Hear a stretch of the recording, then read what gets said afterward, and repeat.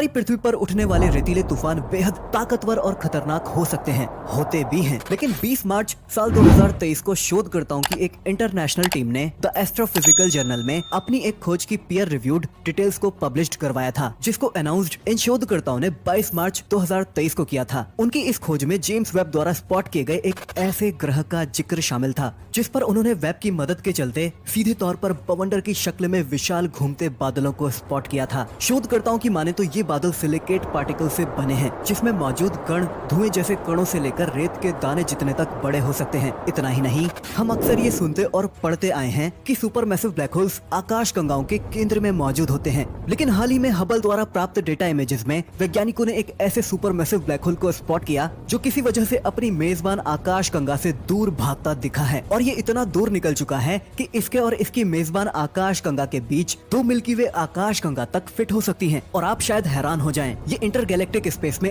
अकेला नहीं भाग रहा है, बल्कि ये अपने साथ हजारों लाखों तारों को समेटता हुआ जा रहा है। एक ऑब्जर्वर के नजरिए से हम ये तारों से बना पुल देख सकते हैं जो इस आकाश गंगा और भागते सुपरमैसिव ब्लैक होल को जोड़ रहा है। अब सवाल उठता है कि आखिर क्या वजह रही होगी कि इस आकाश गंगा ने अपने सुपरमैसिव ब्लैक होल को ही बेदखल कर दिया, और ये आकाश गंगा बिना सुपरमैसिव ब्लैक होल के आखिर सरवाइव कैसे कर पा रही है। चलिए इन दोनों ही खगोलीय घटनाओं को समझने की कोशिश करते हैं आज के इस एपिसोड में। हमारी पृथ्वी से लगभग 70 प्रकाश वर्ष दूर कॉर्वस नक्षत्र की ओर साल 2015 में 2 मैस सर्वे यानी 2 माइक्रोन ऑल स्काई सर्वे, जो एक एस्ट्रोनॉमिकल सर्वे था जिसमें इंफ्रारेड रोशनी में पूरे आकाश को खंगाला गया था। ये सर्वे साल 1997 और 2001 के बीच चला था। इसी सर्वे में जुटाए गए डेटा में शोधकर्ताओं ने एक ग्रह को डायरेक्ट इमेज किया था। ये ग्रह VHS J1256-1257 नाम के एक तारा मंडल का हिस्सा है, और इस तारा मंडल में लगभग 2 बराबर द्रव्यमान वाले क्लास M के तारे मौजूद हैं। शोधकर्ताओं की माने तो 70 प्रकाश वर्ष दूर इन दोनों तारों का चक्कर लगाती यह दुनिया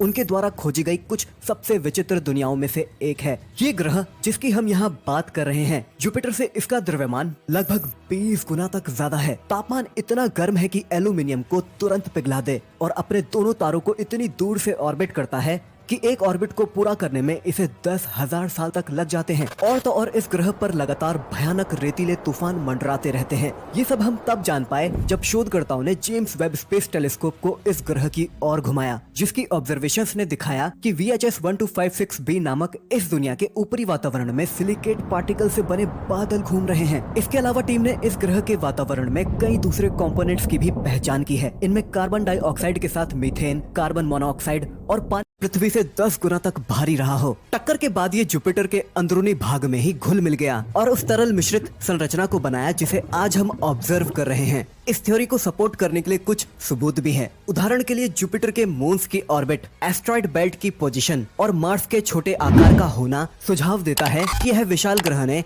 सौर मंडल के शुरुआती दौर में रैपिड ग्रोथ और माइग्रेशन को अनुभव किया था। इसके अतिरिक्त हमारे सौर मंडल की सिमुलेशंस ने दिखाया है कि शुरुआती समय में ग्रहों के बीच बड़े पैमाने पर टक्कर आम हुआ करती थी। जुपिटर के अंदरूनी हिस्सों को स्टडी करने के लिए, यानी ग्रह के घने बादलों के नीचे जांच करने के लिए, जूनो ग्रेविटी मेजरमेंट्स का इस्तेमाल करता है। ग्रह के गुरुत्वाकर्षण क्षेत्र में हुए छोटे से छोटे बदलावों को मापकर जूनो अंतरिक्ष यान जुपिटर के घनत्व और संरचना को तय कर सकता है। जूनो में लगा माइक्रोवेव रेडियोमीटर इंस्ट्रूमेंट ग्रह के वातावरण द्वारा उत्सर्जित होने वाले थर्मल रेडिएशन का भी पता लगा सकता है, जो ग्रह के अंदर की कंडीशंस के बारे में बताता है, जो मदद कर रहा है यह जानने में कि इन घूमते बादलों के नीचे क्या हो रहा है। लेकिन एक सच तो ये भी है कि हमने जुपिटर के अंदरूनी हिस्सों को लेकर जो भी डेटा जुटाया है वो ग्रह के बाहर रहकर ही जुटाया है। तो क्या हम भविष्य में कभी जुपिटर के अंदर कोई प्रोब भेज सकते हैं?